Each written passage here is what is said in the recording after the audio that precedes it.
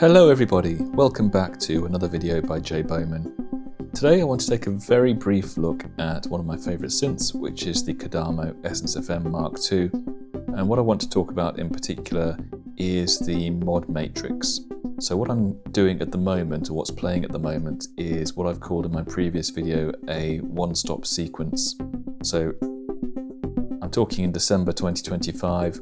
In their most recent firmware update, Kodamo introduced a sequencer at the performance level in the EssenceFM, which is I think it's a 128 step sequencer.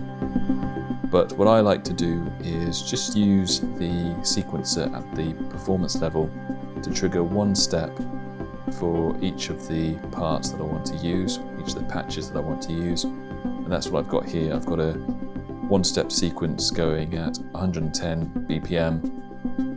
You can see each of the channels here that I'm using. I'm actually only using channels 1 to 3. Is playing note C3. So we've got three parts here, three patches being triggered by the performance sequencer. Let me just mute the parts so you can hear what's going on. So part A, part 1, is this kind of ostinato performance. Part B is this very simple bass line. And then part C is this pad sound, which is playing only intermittently. It comes in and then it fades out. So yes, as I said, we've only got one step being triggered at the performance level. But then once you get down into the individual patches, you'll see here that we have a kind of tracker type arrangement going on here. So what I'm doing is using the round robin facility that you have at a patch level. So in the round robin you have up to 32 different slots. So each time the one-step sequence is triggered, that's advancing one step in the round robin. So I've got a one-step sequence playing at the performance level, and I've got this kind of tracker type of arrangement at the patch level. And as you can see, I'm just using the same voice, numerous instances of the same voice, in threes mostly. So there's a single voice playing at the end there. And what you can do for each voice when you put it into a patch is obviously you can assign it to a round robin slot. You can assign it to an exclusion group or a choke group, which is useful for drums and hi-hats, etc. You can pan each voice, you can transpose it, and you can do some fine-tuning. Now I've transposed the same instances of the voices so I can play chords, which is great. So one of the strengths of the EssenceFM is that it's got 300 voice polyphony. So you can see here in the bottom right hand corner of the performance page how many voices I'm actually using at any one time. So we're getting up to about 60 voices from time to time. And so the polyphony of the EssenceFM is actually a feature which gives it a lot of strengths over other synthesizers, particularly FM synthesizers. But 300 voices, I'm not aware of another synthesizer that has that number of voices. So 300 voices, 16 parts. With that kind of level of polyphony and flexibility, you can get around some of the other limitations of the synth, which is what I'm going to be talking about a bit when I dive in now into the voice level. So we've got the performance level on top, we've gone down into the patch level or the part level, and now I'm going to go through to the individual voice because, as I said before, I'm just using numerous instances of the same voice. So my task really was to try and use modulation within the voice level to try and keep these sequences interesting despite the fact that they're quite repetitive. And I think FM is very good for that because you can get a a wide variety of timbral variation, obviously using FM, but also because the EssenceFM is quite common in that each voice has 6 operators. So having 6 operators per voice gives you a lot of scope for timbral variation and interest. So we can see here that only 3 operators are actually active, 1, 2 and 5. 3 here is a carrier but it's muted, so 6 and 4 are modulators feeding into 3, but you won't hear them either. So 1 and 2 are the active audible carriers, and 5 is a modulator that's feeding into both 1 and 2 equally. So at a voice level, you have 2 LFOs, LFO1, LFO2. You have a filter, and you have the general voice mod section, which has 8 slots. So the scope of modulation in the EssenceFM is very good. You have a very wide variety of sources, which I'll scroll through here. You know, and some of these you have options once you select. So for envelope, for example, you can choose which envelope. There's lots of different envelopes, obviously, you can use to trigger the modulation. So I'm using RNG a lot, which is random number generator. So each time a MIDI trigger happens, it triggers a number between 0 and 127 by default, but obviously you can expand the range of that and you can play with it. One of the things I'll say that unfortunately the EssenceFM mod section doesn't have is a way of quantizing the results you get to specific values within the range. Now, a lot of what I'm doing here is modelled on the way that I used to use my Hacken continuum, and the Eagenmatrix in the Hacken continuum is even more powerful and flexible than the EssenceFM. It's quite limited in terms of polyphony. Depending on how complex the patch is, you might be limited to 8 voices or less or fewer. But at a modulation level, you have an amazing level of specificity you can get to in terms of quantization, etc. And unfortunately, you can't really quantize. At least I haven't worked out a way to quantize in these mod sections. You can affect mod slots using other mod slots. So that's something else I think they introduced in the most recent firmware update. Now that's not something I tend to do for the reason that you only have 8 mod slots. So with my self-imposed limitation of trying to use just 1 voice per patch, these 8 mod slots get used up very quickly. Now here you can see I'm using just random number generators for all 8 mod slots. So that's the general voice modulation. It's worth pointing out that actually per operator you also have some built-in mod slots as well. So obviously you've got velocity sensitivity, which is not relevant in this instance because I'm not playing with a keyboard, I'm just triggering everything internally. But you do have LFO AM, LFO amplitude modulation and LFO FM, LFO frequency modulation per operator. So that is very useful because it saves you a couple of mod slots potentially that you'd have to put in the general mod section. Instead, you can use the per operator mod section, as I am here.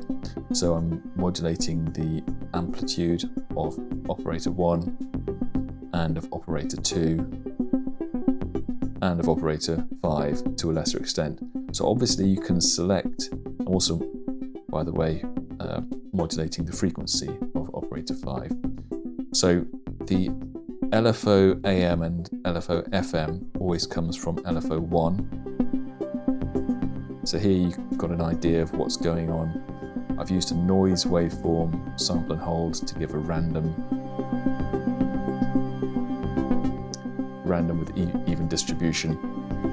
I'm using random method of triggering, so each time there's a trigger, it's just the line is just appearing anywhere in the waveform, and there's no speed. So once the LFO is triggered, it just stays on that value.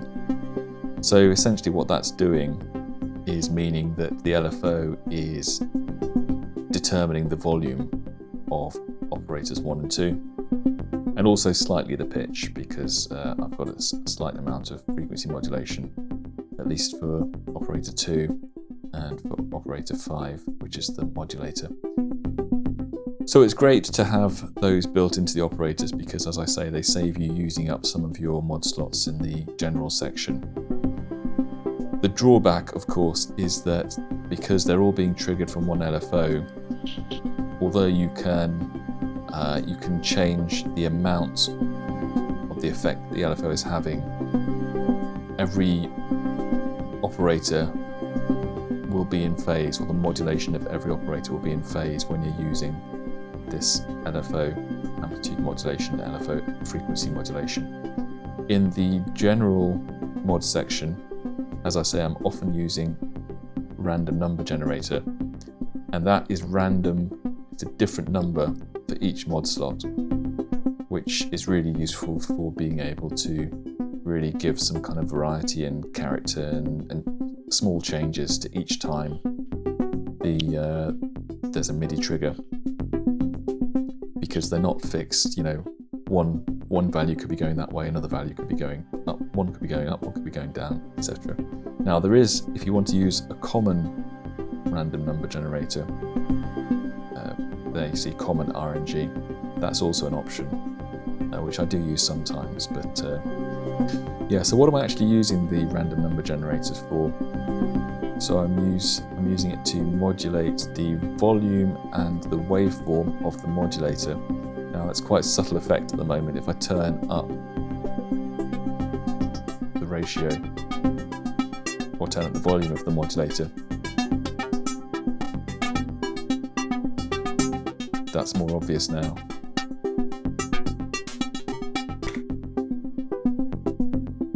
It's almost inaudible at the level that I've got it there. I think the ear, when you're listening to things over and over again, it does pick up on these subtle differences.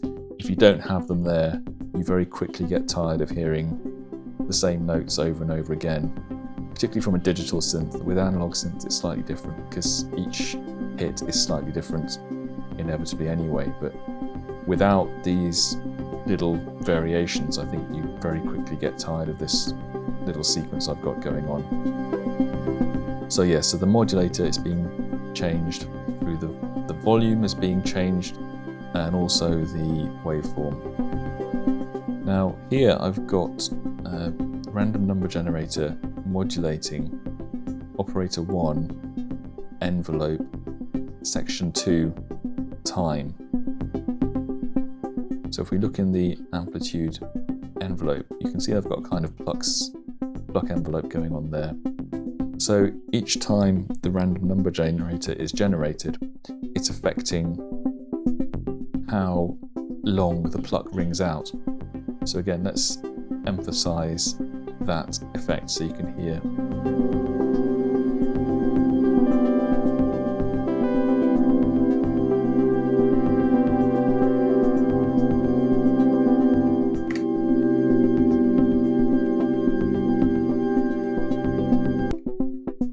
So that again makes it more like a, like a piano or a guitar, where each time you pluck the string or hit the note, it's ringing out for a slightly different time. So that's probably quite straightforward. So the next random number generator is affecting the pitch envelope generator segment 1 time. So let's look at the pitch segment there.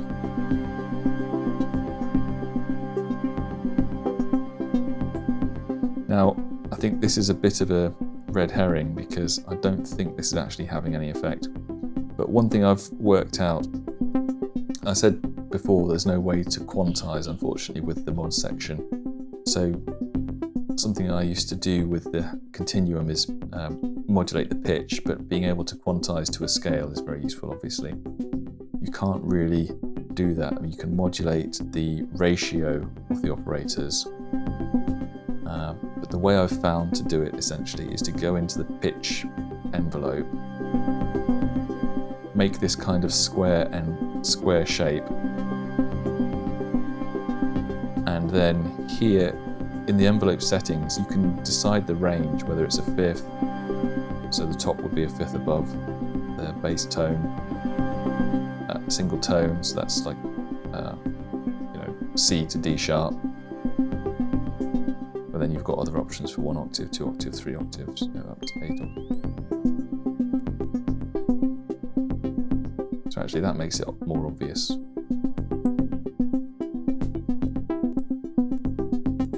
So you can see the white line, so that is being affected by that mod slot we were just looking at. So the random number generator to the time to get to segment 1. So that is the way I've found of modulating the pitch of each operator in a kind of quantized way, because you can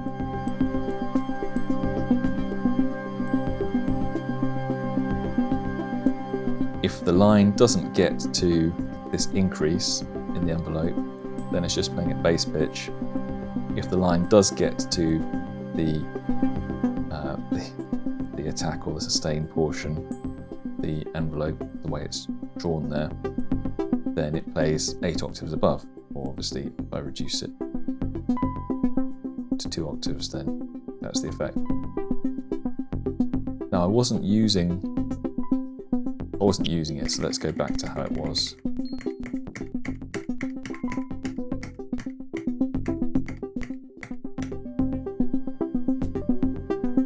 So it is just playing a fifth above.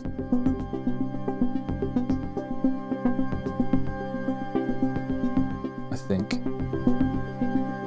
Maybe that is still having an effect. Yeah.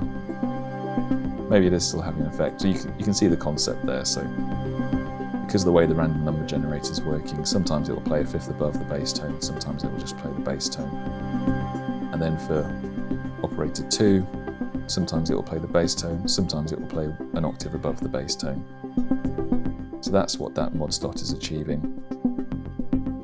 So I've mentioned we've got a filter per voice.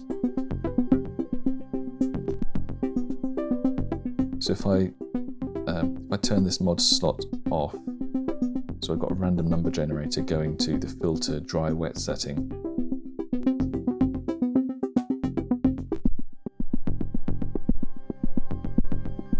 You can hear there the filter. It's a 6 dB per octave filter. Some FM purists would say you don't need a filter in FM, but actually I'm finding this filter to be very useful, mainly for this purpose. Just gives an additional method of dampening the sound. So the random number generator is deciding the extent to which the filter applies. So you've got this dry wet setting, that's what it's affecting. So then you've got a random number generator going to the feedback of operator 1.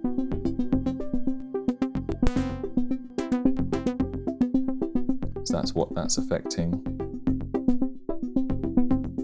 And then you've got random number generator going to operator 2, pitch envelope, we've explored that before. And then random number generator going to the feedback of operator 2.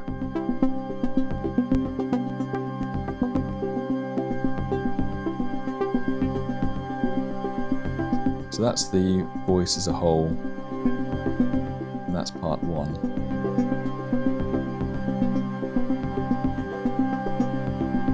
I think let's have a quick look at part 2, or part B, which is more straightforward, so it won't take us as long.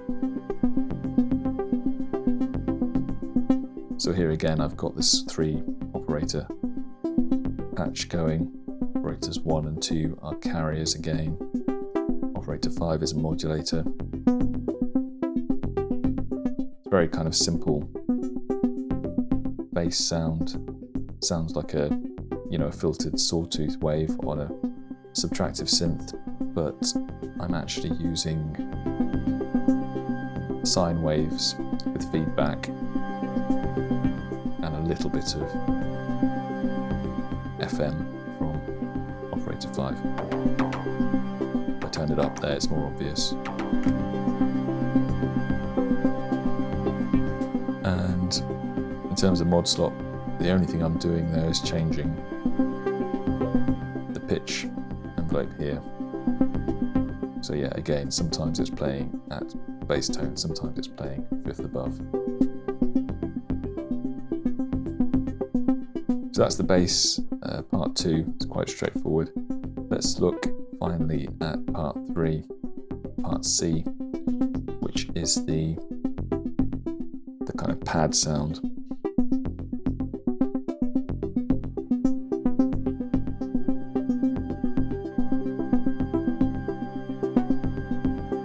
So again, I'm using all 8 mod slots here.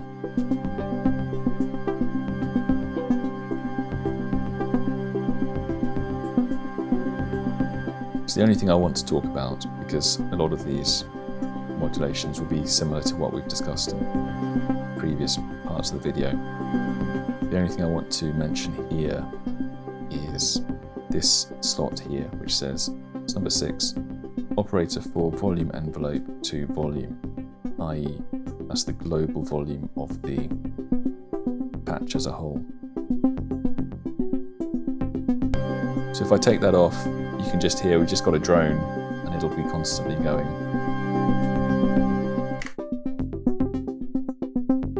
So as I said, one of the great things about FM is that you've got 6 operators to play with. I'm only using 2 operators here to make the sound, 1 and 2.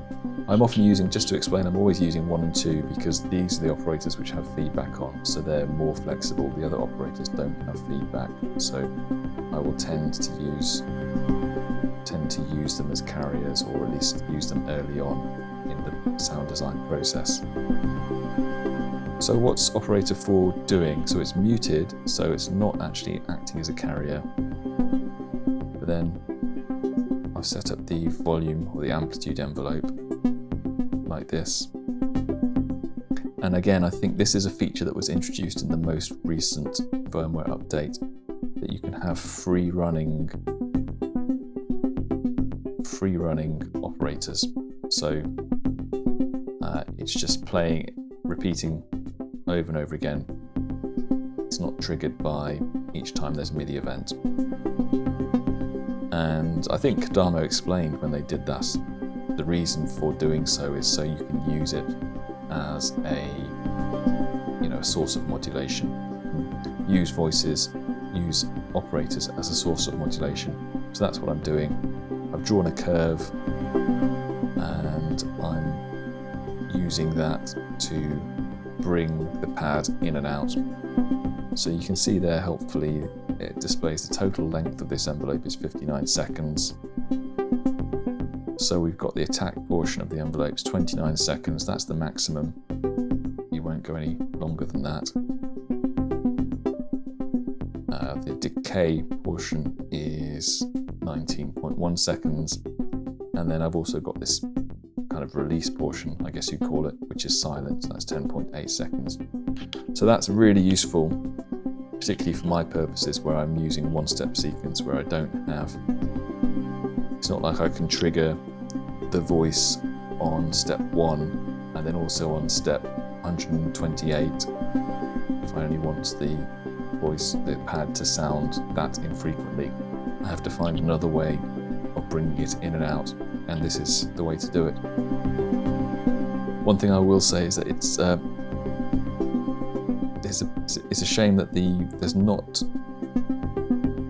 complete granularity on the envelope segments. So if we go down from 29 seconds, you can see the next step is 27.9 seconds. So you don't get tenths of a second. Sometimes you can't get exactly the value that you want. It's also a slight shame that you can choose for the envelope as a whole whether you want exponential curves or linear curves, but you can't choose for each portion or each segment of the envelope whether you have exponential or linear. And also it might be useful to have other curves like logarithmic. But having said that, it is very useful to be able to have muted operators being used for modulation purposes, as I am here. So that's the video, everyone. I hope that's been useful. If you've got an EssenceFM, I really encourage you to explore the mod section. You probably are already. You've only got these 8 slots. I'm really, I think, pushing it to its limit by the way that I'm using this synth. I'm not playing it per se. I'm just trying to use the modulation to make what would otherwise be a very boring and repetitive sound as varied as possible, to try and see how long you can listen to it before it drives you mad, essentially.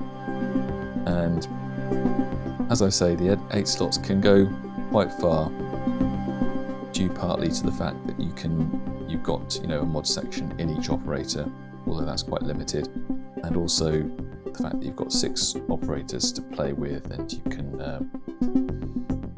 use operators as LFOs essentially. So although you've only got the 2 LFOs, you've also got spare operators. So if you've made it this far, thank you very much for watching. I hope you found this useful, and I'll catch you on the next video. Goodbye.